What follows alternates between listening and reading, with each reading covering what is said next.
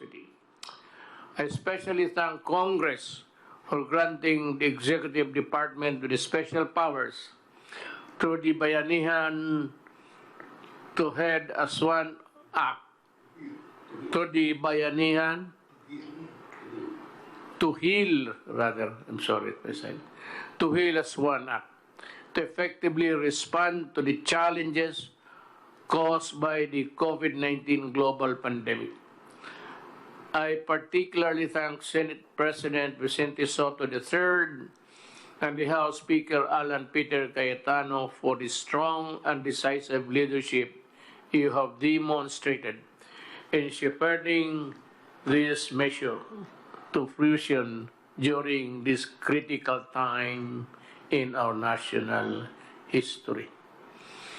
To the members of both houses of Congress who sponsored and voted for this measure, I express my sincerest gratitude to all of you for granting our most urgent requests.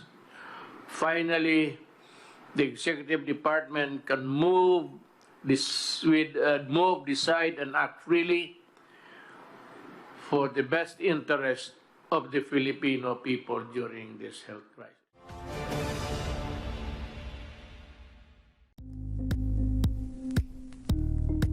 Thank you for watching Politico TV. Please like and subscribe to our channel for more videos.